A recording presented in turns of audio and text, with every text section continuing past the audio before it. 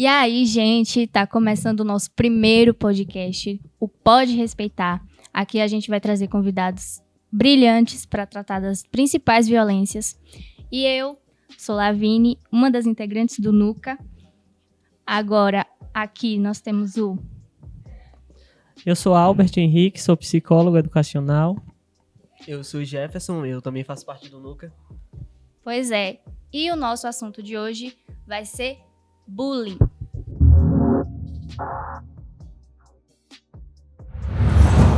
Bom, a gente sabe que para muitas crianças, para muitos adolescentes, o retorno às escolas, elas são motivo de alegria, né?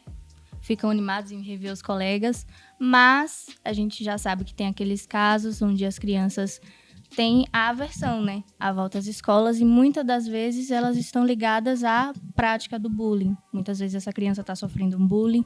E aí eu queria que você falasse se isso acontece com bastante frequência aqui no nosso município, como é que isso pode ser identificado.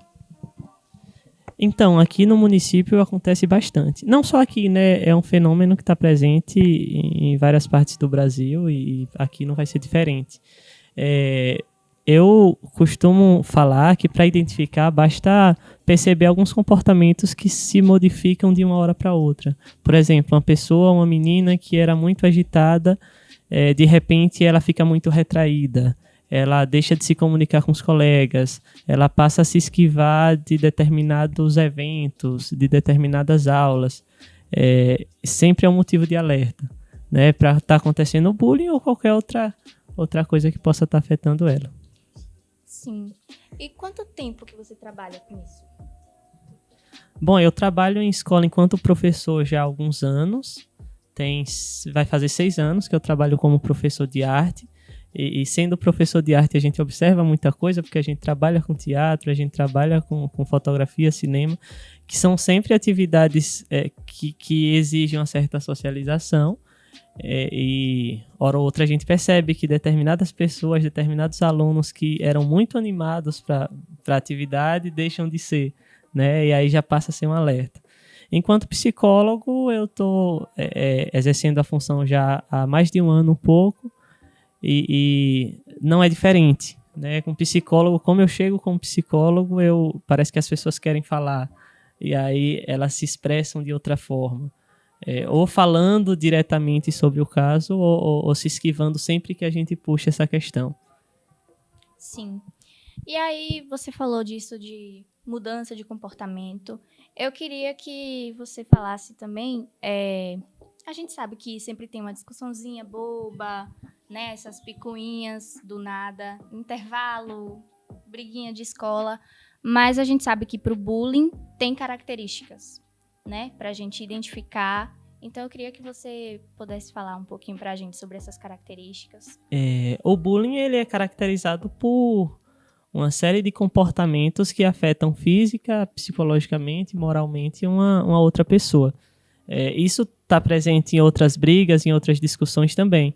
Porém, com o bullying, a gente precisa se atentar para a frequência que isso está acontecendo com uma única pessoa e o quanto isso se estende, né? Frequência, por exemplo, isso está se repetindo por muitas vezes com aquela mesma pessoa, isso é um sinal.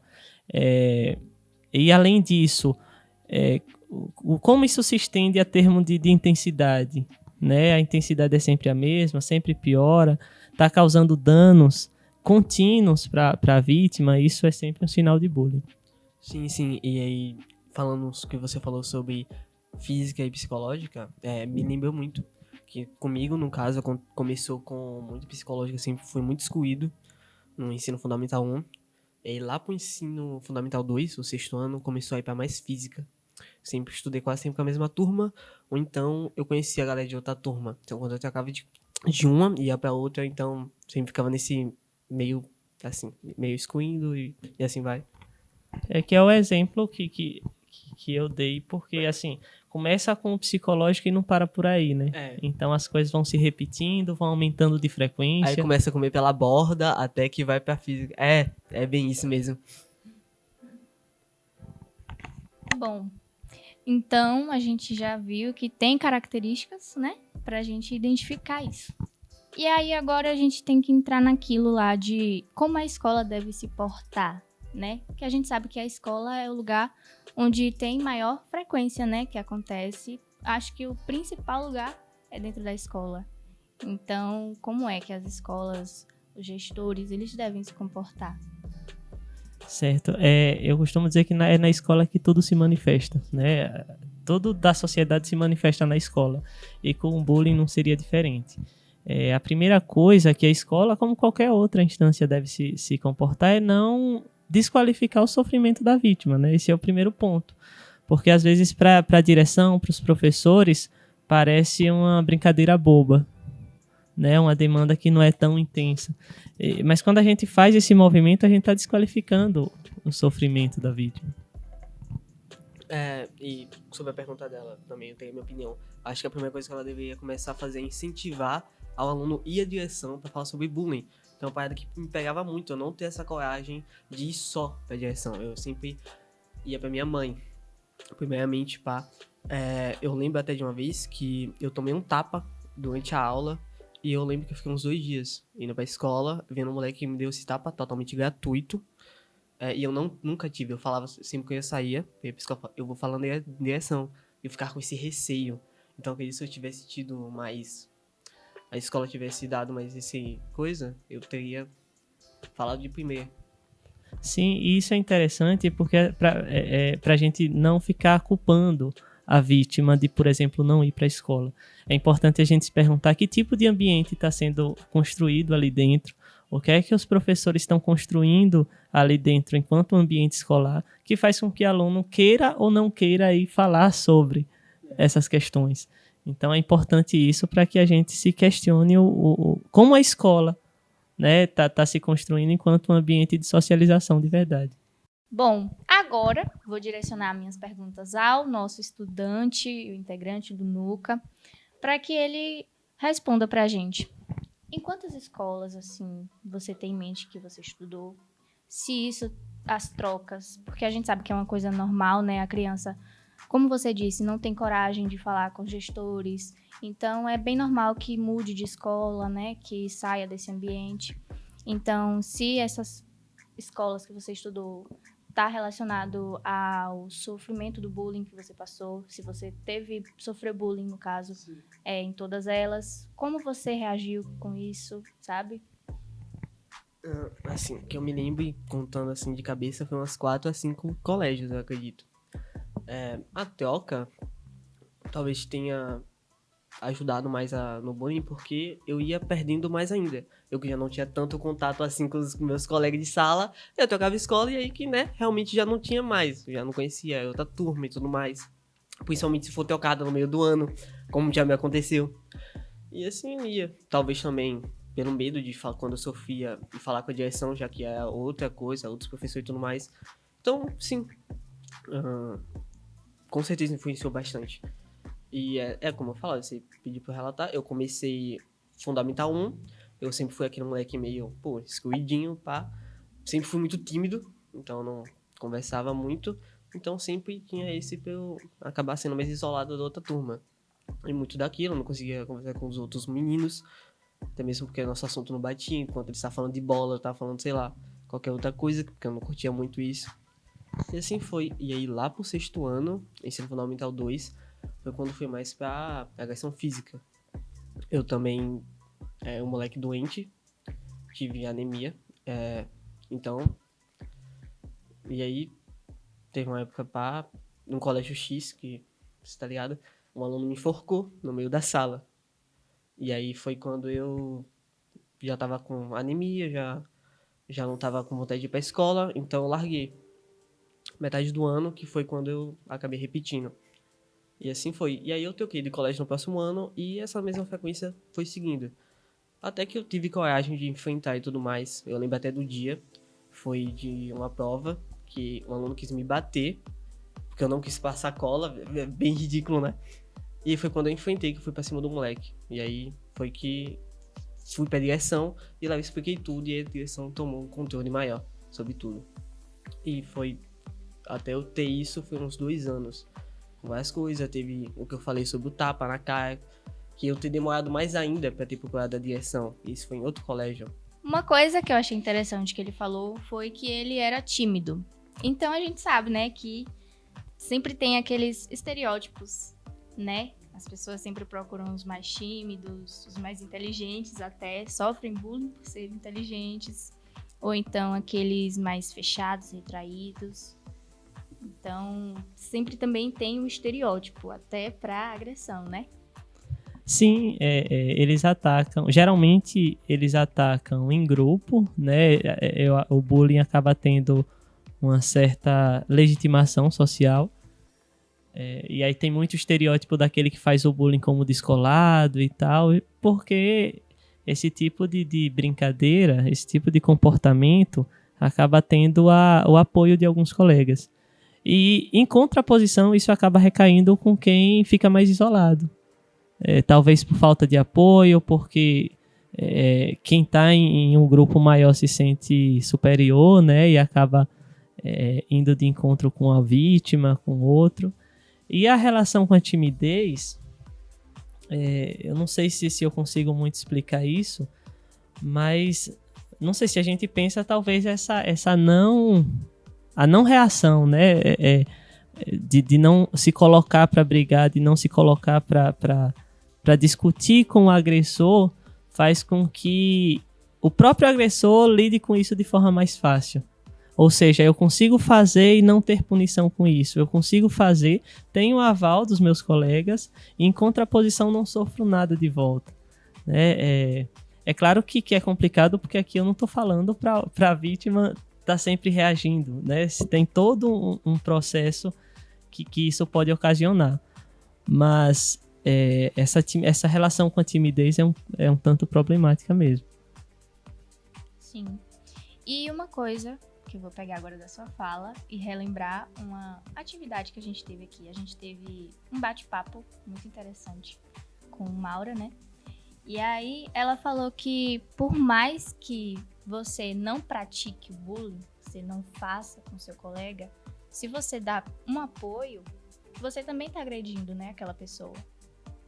Sim, eu volto a trazer a palavra legitimar, porque eu acho isso bacana pra gente pensar. A gente tá o tempo todo legitimando comportamentos. O tempo todo mesmo, inclusive ficando em silêncio. A gente legitima comportamentos. Então, se eu vejo algo e me calo, eu tô legitimando aquela ação. No sentido de que eu tô dizendo pra sociedade que é certo ver aquilo e se calar, né? Se eu dou risada daquilo, eu tô falando pro outro que é certo ver uma situação de bullying e dar risada. Então essa questão do legitimar a ação é muito forte e está presente na gente. Por isso que falam tanto que o silêncio também é violento, que o silêncio é agressor, que o riso é agressor. É apoio também, o riso é apoio também. É porque eu também sofri muito por ser aquele moleque magrelo e franzismo. Então eu lembro que uma parada muito que acontecia é aquela velha piada de juntar o pulso e sair mostrando pra toda a sala, lá o pulso dele é isso aqui. E é muito isso, a risada dos outros acabava servindo de apoio. Se eu tô tendo um apoio, se eu tô tendo risada da turma pra fazer isso, obviamente, e não tem nenhuma consequência, vai voltar a acontecer. É muito isso. Sim, a turma, isso é muito grave porque a turma legitimando uma ação que parece inofensiva aos olhos dessas pessoas. Então é a turma legitimando uma ação e a pessoa que tá fazendo isso se achando popular, né? Tendo o aval das outras pessoas. A gente sabe que o ser humano gosta disso, né? É próprio do ser humano ter esse aval, tá sempre em grupos. É quase que uma sobrevivência humana, a sobrevivência da espécie estar em grupos. E aí isso faz com que o comportamento do agressor seja cada vez mais reforçado e legitimado, né? Uhum. E, assim, quando as pessoas fazem essas brincadeiras em grupo, que começa a falar com a sala de um modo zoeiro mesmo, sabe? Você acha que tem chance da pessoa que tá sofrendo bullying não entender que aquilo é um bullying, até dar risada também? Isso é possível, né? Na brincadeira, né? Tipo, vou seguir aqui com a rapaziada que só estão até me enturmando junto. Não acaba sendo, tô sofrendo bullying. Não, eu tô me juntando aqui com a rapaziada, estão me zoando, mas é porque eu faço parte da turma. Então, tem muito isso que acontece. Esse questionamento é interessante porque, assim, ao mesmo tempo que a própria vítima precisa da aprovação do grupo, então talvez seja um comportamento que faça com que a própria vítima tenha, né, um contato com as outras pessoas, tem um outro ponto que é a própria crítica à vítima, né? Tipo, a vítima que está sempre sendo colocada em uma posição inferior sempre vai ser vista como vítima. Então, é certo que as pessoas falem isso comigo. E eu não tô falando isso a nível consciente, de a pessoa que tá sofrendo naquele momento gostar ou não. Mas o processo de vitimização na sociedade é tão grande que talvez a pessoa entenda o agressor por estar, né, indo de encontro com aquilo que ele acredita. Sim. Acho que o agressor às vezes nem é visto como aquela pessoa que tá agredindo, mas tá zoando com um amigo, tá querendo fazer brincadeira, né? Sim, porque é muito complexo isso. Quando a gente vai para as dores da sociedade, né? Para os estereótipos, para os grupos minoritários em termos de apoio social. Porque, assim, se a gente tá numa sociedade em que algumas pessoas são vistas como inferiores, e se a gente cresceu nisso, talvez isso faça parte do nosso ser enquanto ser humano, né? Pelo menos a nível inconsciente. Aí o agressor, ele é aquela pessoa que traz isso para o nível consciente e expõe, né? E quando se fala em racismo, por exemplo, então a gente sabe que o bullying ele se relaciona com várias outras coisas. Por exemplo, o racismo. A gente sabe, e já tem vários estudos sobre isso, que pelo fato do Brasil ser um país que vem de um histórico de escravização muito longo, a gente sabe que o racismo faz parte do ser humano brasileiro, né? Infelizmente, a nível inconsciente, a gente tem o racismo dentro de nós. Estrutural, né? Que é a questão do racismo estrutural. E isso é complicado porque, mesmo sem a gente saber, a gente comete o racismo o tempo todo. É como se o racismo, aí eu vou psicologizar a conversa, é como se o ser racista futucasse de modo prazeroso o nosso ego, o nosso desejo de ser brasileiro, né? Não de ser sujeito, não de ser humano. E aí, por que eu estou falando isso? Porque quando o bullying é dessa forma, fica fácil da gente expor esse desejo, esse inconsciente racista de uma forma descontraída, dando risada, contribuindo de algum modo. Né? É como se dar risada alimentasse esse ego racista que a gente tem.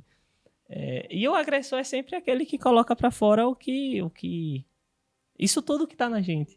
Né? Por isso que, mais uma vez, o silêncio é cruel. Porque se a gente silencia, a gente está legitimando mais uma vez essa ação. Mas se a gente vai de encontro a isso, que é ir de encontro ao bullying e ao racismo, né, com a prática antirracista, aí a gente está tentando confrontar o racismo estrutural e essa estrutura de inferiorizar algumas pessoas.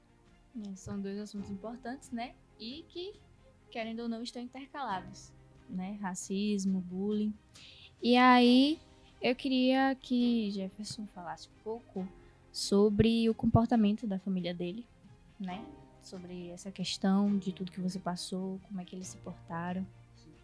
É porque, além de eu também ter sofrido muito por ser aquele moleque ectomorfo, magrelão, também já aconteceu, tipo, uma vez que me veio aqui a memória agora. Porque no meio da aula, eu tava sentado, olhei pro outro lado da sala e estavam rindo muito, muito, e olhando pra mim, caindo assim. No final da aula eu perguntei, mano, por que vocês estavam rindo? E olhando pra mim, fala assim, moço, tu é muito feio.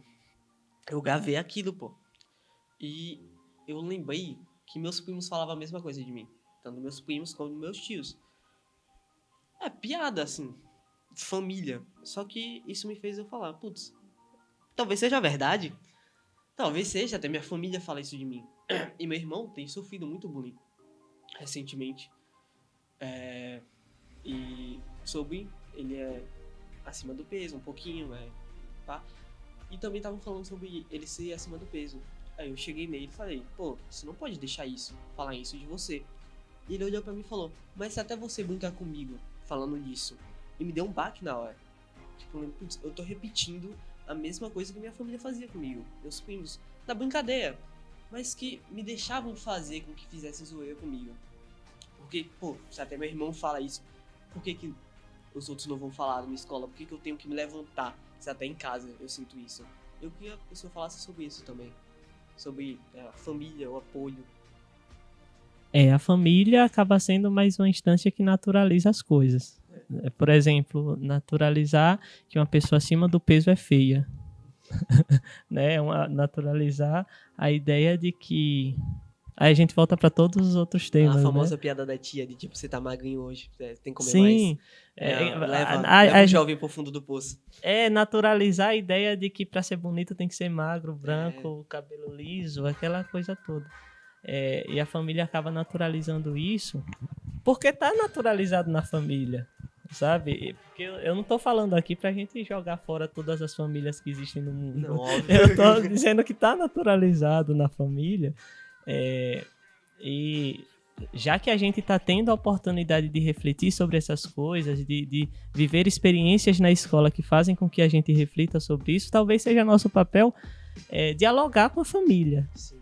Né? Dizer, não, talvez essa brincadeira com meu irmão não seja legal. Né? E até depois disso, a gente voltou a se reconciliar melhor, porque ele trocou de escola. Por causa do que ele estava sofrendo no colégio dele, foi a escolha dele. Eu e minha família, eu e minha mãe, a gente tentou, vamos falar pra direção, mas foi a escolha dele. Ele pediu que a gente não falasse e pediu que ele trocasse de escola. A gente conversou, falei, Jonatas, da onde tu sair daqui, lá você vai sofrer também. O que aconteceu mesmo comigo. Só que ele falou que a escolha dele é ele trocar de colégio e a gente respeitou. Porque talvez a gente sabe que lá, se não tomar atitude, ele vai sofrer também. E talvez lá ele aprenda que a opção não é trocar de colégio e se enfrentar. Então é sobre isso. Isso. E só pra... interessante, assim, você por já ter tido uma experiência, sim, de estar se colocando para ajudar seu irmão, de estar dialogando mais com a família. Eu acho que isso é importante. Porque você está desnaturalizando, você sabe que aquele sofrimento que você sentiu não é à toa, né? E que está na hora de desnaturalizar. Isso é interessante. E outra coisa é pra gente não simplificar essa coisa do enfrentar, né? Que não é isso que você tá querendo dizer, não, obviamente. Obviamente, né? Tipo, ir lá e falar, ok, não vou sofrer isso calado. Também tem o meu direito de ir lá e falar com a direção, falar com a professora. Isso. Obviamente. Porque aí você... eu tô falando isso porque é legal que você, dialogando com sua família, talvez sua família chegue na escola, fale com a direção. A gente precisa dialogar sobre isso em sala de aula, pra não ficar individualizando sempre na vítima. Né? A gente precisa abrir esse leque para falar com os agressores, com a galera da risada, com a galera do silêncio. Sim, é uma coisa que tem que ser bastante trabalhada nisso. Bom, no questão escola, a gente já falou sobre gestores, né, alunos, como devem se comportar, mas e dentro da sala de aula, os professores? Eu queria primeiramente perguntar a Jefferson, que é o estudante que a gente tem aqui, como era o comportamento desses professores em sala de aula? Bom, no caso, o que eles faziam sobre... Então, meio que a maioria das vezes, eles, não sei se não viam, ou se não fingiam que não viam, e por aí vai. Eu lembro que teve até uma professora que veio falar comigo, tipo, você e tais alunos sempre acabam sendo meio isoladinhos, e passou que não passou disso. Tem muito aquilo que você, tipo, sobre trabalho em grupo, que tem muito daquela coisa de, trabalho em grupo, aí o aluno mais isolado acaba indo pra um grupo que não tem muita amizade, acaba até se sentindo mais isolado quando tem trabalho em grupo, porque não sabe pra onde vai, e assim vai. Eu vejo isso muito hoje no colégio que eu estudo. Tem um menino lá que ele é bem isolado, e quando passa trabalho em grupo e manda a gente formar nosso grupo, ele fica meio desnorteado, e sempre que dá eu chamo pro meu. Mas eu não sofri tanto com isso porque lá pro 7º ano eu tinha um grupo de colegas que eu via que tinham gosto parecido com os meus e eu comecei a seguir eles em tudo que eles cantam até que eles me adotou. Ele literalmente me adotou. E foi mais sobre isso. E aí você, como profissional nessa área, né, de psicólogo e professor, né, como é que você diz que tem que ser esse comportamento? Como é que deveria ser essa visão, né, os professores? Pronto. A primeira coisa para os professores que vão estar nos ouvindo é que não tem um padrão, eu não posso dar uma resposta certeira. Ao mesmo tempo, a gente pode refletir no sentido de, historicamente, na educação, na sala de aula, o professor foi muito orientado a passar o conteúdo, né? Então, pró de biologia passa o conteúdo de biologia. O professor de história, a mesma coisa. Quando a gente vem trazer o bullying para a discussão, não é suficiente ficar só no conteúdo, né? Então, a primeira coisa é saber que o bullying vai estar se manifestando em qualquer momento. Até mesmo fora do colégio também. Até mesmo fora do colégio, nos corredores, Sim. né? E dentro da sala de aula não seria diferente. Então, talvez ficar preso ao conteúdo, esse é um primeiro ponto, ficar preso a um conteúdo talvez não seja suficiente para lidar com isso. Um outro ponto que eu queria puxar é que o bullying, ele não dá para se trabalhar com bullying a partir do individualismo, né? Então, às vezes o professor até tenta ajudar conversando com a pessoa que está sofrendo bullying, Ou ou com a pessoa que tá fazendo. ou com o agressor, né? Com a pessoa que está É fazendo. muito também daquilo que você falou mais cedo sobre os outros ao redor. Tem que ser trabalhar com toda a sala. Porque tem aquele que sofre, tem aquele que faz, e a sala que faz em silêncio ou então apoia dando risada. Por isso que sempre tem que ser tratado ali com todo mundo. Isso, para que o bullying seja trabalhado a partir de uma dimensão social. E quando a gente fala de sala de aula, isso tudo passa pela gestão do professor em sala de aula, né? Da professora em sala de aula. Não tem como a direção estar o tempo todo na sala de aula. O professor que tem que entender que se faz educação a partir de um coletivo. E falar de bullying, falar de outras questões também é fazer educação, também é fazer currículo, né? Sempre tá batendo e sempre tá batendo sobre isso, sobre esse tema em sala de aula também é bem importante. Sim, e talvez para facilitar, até atrelando o conteúdo ao objetivo da disciplina, se for o caso, né? Então dá para se trabalhar bullying numa aula de linguagem, de língua portuguesa, de arte, dá para se trabalhar numa aula de história, né? Se falam que as ciências mais duras, a matemática, a física, é mais complicado. Não sei, mas talvez só de você tentar organizar uma sala de aula para que haja uma cooperação, né? Talvez isso já faça uma diferença. Né, trazer esses debates também na disciplina de sociologia, por exemplo. Também, Com certeza. Pois é, né? Mais debates em sala de aula, pelo amor de Deus. Muitos debates. E debates que deem voz para todos. Porque às vezes a gente faz o debate, a gente professor, eu estou me colocando do lado dos professores e professoras, a gente faz o debate e só os ditos melhores alunos falam. Né? E esses ditos melhores alunos, por ter, sei lá, uma habilidade de comunicação mais fácil, acaba apagando outros alunos, né? E às vezes o debate ajuda no processo de invisibilização que está presente no histórico de bullying. Então o professor tem que ter esse jogo também, mesmo numa aula com debate. E até mesmo se for sobre um assunto que o aluno gosta, ele talvez nesse debate ele se saia e perca até um pouco do medo de falar com sua sala. E assim vai, pode ser que ele pegue paixão pelo debate e quando pegar um assunto sobre bullying, ele já vai estar mais acostumado a falar. Então isso aí é muito bom também sobre debate. Sim, e ajuda na segurança do aluno, né? Por exemplo, se o professor ele levanta sei lá, chega na sala de aula e vocês querem falar de quê? Aí elenca alguns temas. E ele percebe que aquele aluno que não fala muito apontou um tema que ele gosta, talvez discutir aquele tema vai fazer com que o aluno se sinta mais seguro na própria sala de aula, né? E até mesmo para os outros alunos que talvez nem façam bullying com ele, mas só não tem contato com ele, por ele ser mais isolado, percebam que ele existe. Tipo, nossa, ele gosta disso. Ele fala muito bem sobre isso, ele sabe desse conteúdo que ele tá falando aqui em sala de aula, então já chama um pouco da atenção.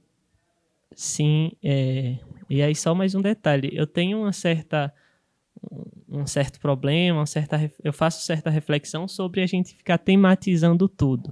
Tematizando, me entendam, de pegar bullying e transformar num conteúdo de aula.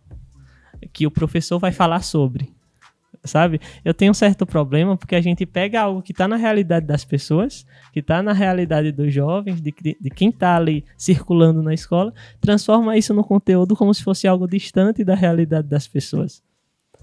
Então, o bullying ele se torna um tema, como o racismo se torna um tema, gênero e sexualidade se torna um tema. Aquele famoso tema que só é falado uma vez por ano, que só dá uma atenção uma vez por ano, tá ligado? Como se, isso aqui não acontece com tanta frequência, então vamos só falar. Famoso aquele assunto sobre, Setembro Amarelo só no mês de setembro. Mesma coisa sobre tematizar, transformar o bullying em um tema dentro de sala de aulas. Academicamente, inclusive, eu me interesso muito pelo que é construído sobre determinados assuntos nos corredores da escola. Então, assim, a prática antirracista é feita o tempo todo por alunos dos corredores, né? O anti-bullying, se é que eu posso falar desse termo que eu não conheço, as pessoas que vão de encontro, que lutam contra o bullying, estão ali lutando o tempo todo. E a gente não dá visibilidade. E também sobre os corredores, o famoso onde o filho chora e a mãe não vê. É onde acontece as coisas e o professor não tá de olho, tá ligado? É onde rola a maior brincadeira que os alunos estão na hora do recreio. Por isso que ficar de olho nos corredores, assim, nesses momentos são bem importantes. Pois é, eu queria só falar uma coisa. Tem um colega na minha sala, né? Ele não sofre bullying, que eu saiba, né? Só que é aquilo. Ele é muito reservado. Eu não sei nem se é timidez. Pode até ser, mas ele é bem reservado. Ele não fala muito, ele fica sempre quietinho. E aí, como vocês falaram, quando a gente tem que apresentar um trabalho, aí a gente fica até com receio. Será que ele vai ler? Será que ele quer explicar? E aí, quando ele faz, é muito engraçado, porque a sala toda fica, nossa, mas ele fala, sabe? Isso, é uma coisa muito interessante, é muito legal. É que tem, na verdade, é porque eu sempre tive de olho nisso, em alunos que são mais extrovertidos e introvertidos, no caso. E com o tempo eu fui me tornando mais extrovertido e aí eu comecei a dar visibilidade pra isso. Tanto com aquilo, quando eu tenho trabalho em grupo, eu vejo que determinado aluno não se dá tão bem com a sala, eu chamo pro meu grupo, vamos aqui. E tem 2 alunos. Um que não fala, que o máximo que eu já vi falar, já comentei com você, é sim, não, balançar a cabeça assim, e quando fala é bem pouco. E é tanto que uma vez eu sempre ia no pé dele e ficava, não, tá jogando o quê? Pokémon Fire Red, que massa, eu também jogo. E me uma vez, por que você conversa com ele? Do nada, ele nunca fala. Adianta o quê? É muito isso. E quando ele falou pela primeira vez num trabalho, num seminário, todo mundo ficou em choque. A mesma coisa sobre outro aluno, que eu também era conhecido, que quando ele falou no trabalho, um aluno do meu lado que tava apresentando falou, é a primeira vez que eu vejo ele falar. A sala fica de olho nele, às vezes. Meio que fica aquele suspense assim, nossa, aquele menino lá. É muito... E é importante, mais uma vez, importante a escola ficar de olho para ver se essa timidez, se é um comportamento dele, né? Ou se é uma reação a comportamentos violentos de outros, né? Pois é.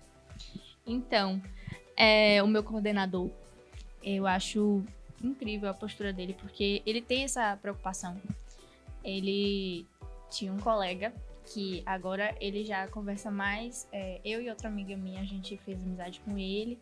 E aí a gente vê que é só chegar lá, conversar, tentar se enturmar. Se a pessoa quiser receber, né, aquilo que a gente tá dando pra ela, ela vai, né? Então a gente conseguiu fazer amizade com esse... A gente toma iniciativa. A pessoa só pode iniciativa, não tem coragem pra começar. Sim. Quando você toma, ele se solta.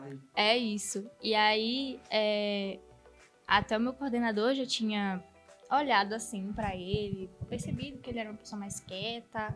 E aí teve uma vez que eu achei até engraçado, eu cheguei contando pra ele, né, que o coordenador tinha me perguntado, e aí, esse menino que vocês estão conversando agora, ele tem algum problema, não sei. Aí eu falei, não, por quê? É porque ele é muito quieto, sabe? Achei estranho esse comportamento, não sei. Aí eu acho muito interessante isso, né, da preocupação das pessoas, ir lá, né, falar com elas, ou então chegar para alguém que é próximo, tentar entender o que é que tá acontecendo, se acontece alguma coisa realmente. E é interessante isso de chegar para alguém próximo, no caso do coordenador, ir até a família, porque às vezes, como eu falei, é um comportamento típico daquela pessoa e a gente tentando ajudar, a gente invade assim, o espaço da pessoa. Sim. E fala, é como se a gente estivesse falando, não, você tem que ser extrovertido. Quem disse que alguém tem que ser alguma coisa, né? Então, talvez uma estratégia bacana é dialogar com quem está próximo, para saber se é de fato, se aquele comportamento é de fato um comportamento reativo a um processo de bullying ou de violência, ou não, se é só aquela pessoa que está ali escutando, mas está assimilando conhecimento da mesma forma, está produzindo conhecimento da mesma forma, quando fala de jogo, de qualquer outra coisa, para a gente também não estereotipar, né? Porque na boa vontade a gente vai, às vezes a gente invade. Só a dele ser isso, né? Ficar quieto, né? Tem que ficar bem de olho nisso. Acho que uma coisa que seria interessante a gente abordar aqui agora é a união escola e família, né?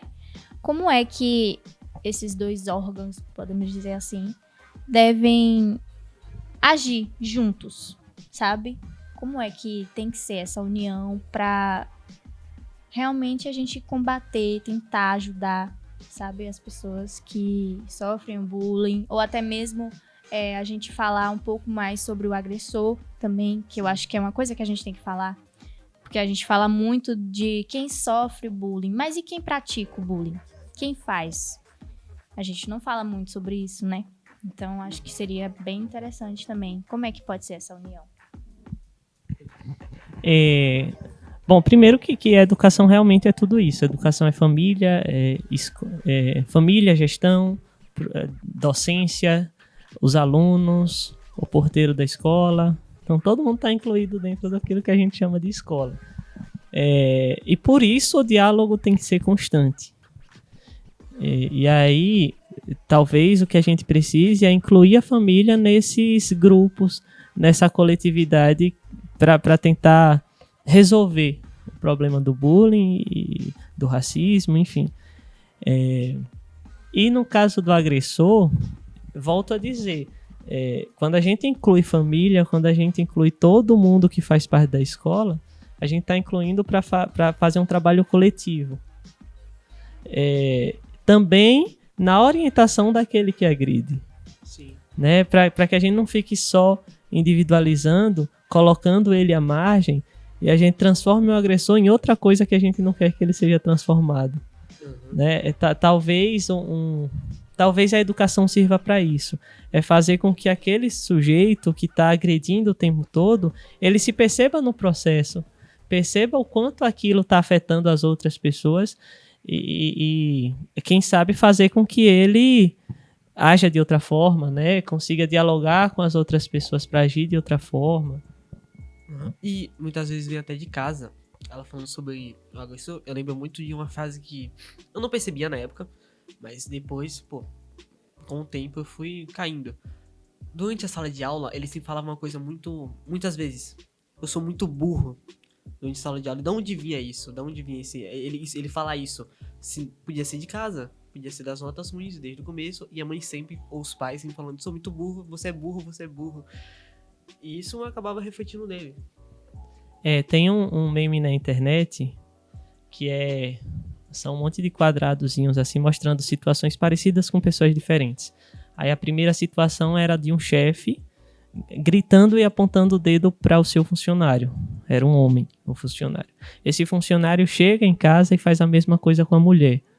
Aí essa mulher faz a mesma coisa com a criança faz a mesma coisa com o cachorro. E até o cachorro late com o gato. Né? Muito daquilo que eu falei sobre eu fazer com meu irmão, que meus primos e alguns tios faziam na brincadeira comigo, que eu citei mais cedo. Você é feio. Aí eu sofria na escola. Aí quando eu tive meu irmãozinho, fazia a mesma piadinha com ele, e ele sofreu na escola e achava que aquilo não era normal. Sim, então é muito isso. É como se o agressor estivesse agindo por reação também. Né? Ele está reagindo a algo. E a gente sempre vai reagir para aquilo que socialmente é considerado mais fraco. Né? Então tem a série Todo Mundo Odeia o Chris, né? O Caruso, em determinado episódio, encontra alguém mais valentão que ele. Aí o Caruso desconta no Chris que socialmente o Chris é visto como algo inferior, né? Então, talvez o comportamento do agressor seja também uma reação. Por isso a gente não pode individualizar. Sim. Nem patologizar. Dizer ele tá doente. Ele, sabe? É entender que tudo isso faz parte de uma dinâmica que é social. Porque se a gente fica patologizando o agressor, a gente não vai resolver o problema. Não vai entender que o problema tá pairando por aí, né? E aí agora, entrando na pauta que você falou, né, do não patologizar, essa questão de como a gente deve ver a pessoa que pratica o bullying, como é realmente que a gente deve lidar com a pessoa que pratica o bullying, né? O que a gente deve fazer com ela nesse momento? Acho que eu entendi, cada situação é uma situação, né? Pode ser que a pessoa realmente tenha algum caso, alguma doença, mas ela pode só estar fazendo, como o Jefferson falou, né? É o reflexo que ela tem de dentro de casa. Tô só passando adiante o que viveu, assim vai. Eu diria que nem é questão de doença, assim, mas a gente precisa criar algumas estratégias para tentar conversar, dialogar com essa pessoa. Então vamos lá. Quando eu falo de não individualizar e não patologizar, é porque a escola geralmente lida com o garoto problemático, né, da seguinte forma: começa tirando da sala de aula, depois esse garoto começa a ter um monte de advertência verbal, suspensão, expulsão e, enfim, é um looping que vai levando à evasão escolar, né, que vai levando a muitas outras coisas. E isso é problemático também. E isso é fruto de uma individualização do processo. Porque a gente começa a justificar, inclusive, o comportamento do agressor. É porque ele não presta. Porque ele é vagabundo. Porque ele é isso ou aquilo. E essa é a pior situação. Perceba, se a gente pensa em sociedade, se a gente pensa a nível social, a gente está reforçando mais um problema social, né? De evasão escolar, de agressividade, quem sabe de criminalidade, para quem sabe uma morte justificada lá na frente, né? Com todo esse processo. E tudo isso se atrela a um monte de questões. Talvez uma estratégia seja encontrar uma rede de apoio para esse agressor, né? No sentido de quem são os amigos próximos desse agressor, que pode ser uma ponte entre o diálogo da gestão com esse agressor, né? Não sei, conversar com um amigo que é mais aberto ao diálogo sobre bullying e tentar fazer com que esse amigo dialogue com esse agressor. Dá uma segurada aqui, vamos lá. Talvez aquilo passe um pouco do limite, assim vai. Porque perceba, se ele tá se comportando dessa forma, e sei lá, vamos estereotipar e dizer que ele também vai contra qualquer tipo de autoridade na escola, ele é desobediente com a professora ou com a gestão, não sou eu, gestor, que vou chegar para ele e falar e ele vai me ouvir como um passe de mágica, vai mudar amanhã. Mas talvez alguém dentro do processo, dentro da dinâmica afetiva dele, faça com que ele comece a refletir, né, sobre essas coisas. Poucos, né? Então talvez esse já seja um dos caminhos. Sim. O outro é o próprio contato com a família. Eu acho interessante isso, eu acho que a gente precisa aproximar a família desse processo, aproximar a turma desse processo, né? Porque a partir do momento que o comportamento desse agressor não é reforçado, ele vai se ver forçado a mudar de comportamento, talvez. A escola e a família tem que sempre estar trabalhando em conjunto. Sempre é algo muito importante. Teve uma vez que eu vi um tio meio distante meu que falava que educação que dava é a escola, sendo que a educação vem de casa, né? Aquele básico lá. Sim. Pensamento bem... Educação é isso tudo, né? Eu acho que são só experiências diferentes, assim. A família tem que proporcionar uma determinada experiência para o filho dela, para o filho dos pais dessa família.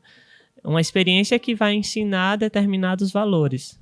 A escola vai possibilitar um outro conjunto de experiências que vai, sei lá, promover outros tipos de valores. E assim a gente vai lidando com a situação. Mas nunca individualizando. Sim, sim. E sobre aquilo que o senhor falou sobre, tipo, mandar advertência pra casa. Isso não acho que isso pode até piorar um pouco. Talvez até o ódio do aluno da escola. Da pessoa que tá fazendo bullying sobre a escola, que até às vezes até cai mais pra fazer mais bullying ainda com o menino, né? Com o pobre lá. Talvez seja mais um motivo de reação, né? De reagir reação, contra o mais fraco.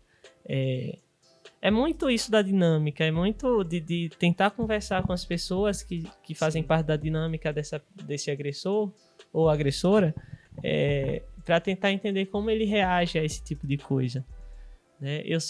Talvez eu esteja levantando a bandeira aqui de que não é com advertência, com tirar da sala, não é isso que vai resolver. Talvez isso não seja suficiente. Eu entendo muito os professores e professoras e gestão. Tem toda uma questão burocrática. Sim, né? Desde antigamente, deles mesmos que sempre recebia isso. Da antiga escola dele, que foi ensinar a ele que o aluno que ia levar advertência para casa. Isso. Eu só estou apontando aqui, talvez sem resposta pronta, mas eu estou apontando o perigo de ficar individualizando e culpabilizando. Culpabilizando a vítima, culpabilizando o agressor e por aí vai. Então, realmente, assim como várias outras violências que a gente vê, né, o bullying não fica atrás disso, né, que é ser combatido de forma coletiva, né? A união de escola, família, sociedade. Nós, como sociedade também, a gente tem que ser anti-bullying, né? Os próprios colegas. Né? Eu gosto muito todo mundo. de pensar os próprios estudantes envolvidos nas coisas. Sim. Acho que principalmente os estudantes, né? Porque é aquilo que você falou. Tipo, você viu aquele aluno que tava mais quieto lá no canto e você e sua amiga foi lá e puxaram mais pra você. Vamos ser amiguinho aqui. Mas isso diminui bastante. E você falou de educação nesse tanto, a educação como é feita na escola, na casa, mais uma vez, é feito ali nos corredores das escolas, no intervalo, no baba, enfim, né, nessas coisas. Sempre conversando sobre o outro. Talvez o currículo mais rico que seja produzido na escola seja produzido nos corredores da escola. Né? É porque o professor está no pedestal, foi colocado nessa posição. Porque o currículo formal, o currículo oculto produzido por eles é algo importante. Só que a gente não pode esquecer do currículo produzido aí nos corredores. O nosso bate-papo tá muito bom, mas acho que agora a gente tem que finalizar, né? E aí eu só queria que vocês dessem as suas considerações do nosso momento de hoje e falassem o que é que vocês... Um conselho, sabe? Pra todos sobre essa conversa inteira que a gente teve. Bom, eu acredito que pra mim seria pra sala em si, né? Tentar entrar mais em contato com os alunos mais tímidos e tentar fazer amizade com eles, porque talvez seja só questão de iniciativa. Toma iniciativa, o aluno se solta mais. E sobre o colégio também, como lidar com o aluno que faz bullying, né? Tentar procurar mais um motivo. Tentar ali, não, sei lá, falar como o senhor mesmo falou. Tentar ver em casa, como o senhor falou, tipo, não só simplesmente expulsar da sala, ou simplesmente mandar recado pra casa. Procurar, assim, um motivo em seu ciclo social, tentar invadir em relação aos amigos ali, pra tentar trabalhar com calma e tudo mais. Ver em casa, como é a relação do aluno em casa, desse aluno em casa. E assim. Complementando, é justamente isso, a escola não individualizar, não achar que mexendo só em uma coisinha ali, ou criticando só o agressor, vitimizando a própria vítima que vai resolver, que isso não vai resolver. Então a gente tem que abrir o diálogo para o ciclo social. E não individualizar o processo e a escola tentar ao máximo construir um ambiente onde tanto o agressor quanto a vítima se sintam à vontade para dialogar sobre. O agressor, quando for questionado do porquê ele faz isso, e a vítima para tomar a iniciativa de ir até a direção, de falar com os colegas, né? Para que isso aconteça, o ambiente ele tem que estar propício a isso. E eu acho que a gente chega lá quando a gente começa a levar esse debate para a sala de aula, quando a gestão começar a pensar em políticas educacionais para que, de fato, o assunto seja discutido, né? Para que os professores escutem os alunos e alunas sobre isso, para que nós, profissionais da educação, saibamos que a gente não vai saber de tudo sobre bullying, porque a gente talvez esteja num processo, olhando o processo de longe. Até mesmo de aprendizado, né? Um professor iniciante aí que não sabe como lidar, tá no processo de aprendizado ainda, começando. Sim, e por isso que é importante ouvir os próprios estudantes, porque é ali que surgem as coisas. É nos corredores que se manifestam esse turbilhão de emoções que a gente chama de bullying, né? Emoções disfuncionais. Então, meu conselho é esse. É de ouvir os estudantes e não individualizar o processo. Gente, eu quero primeiramente agradecer a vocês, né, que participaram desse momento. Muito obrigada pela colaboração de vocês. Foi incrível. E é com essa chuva de conhecimento, né?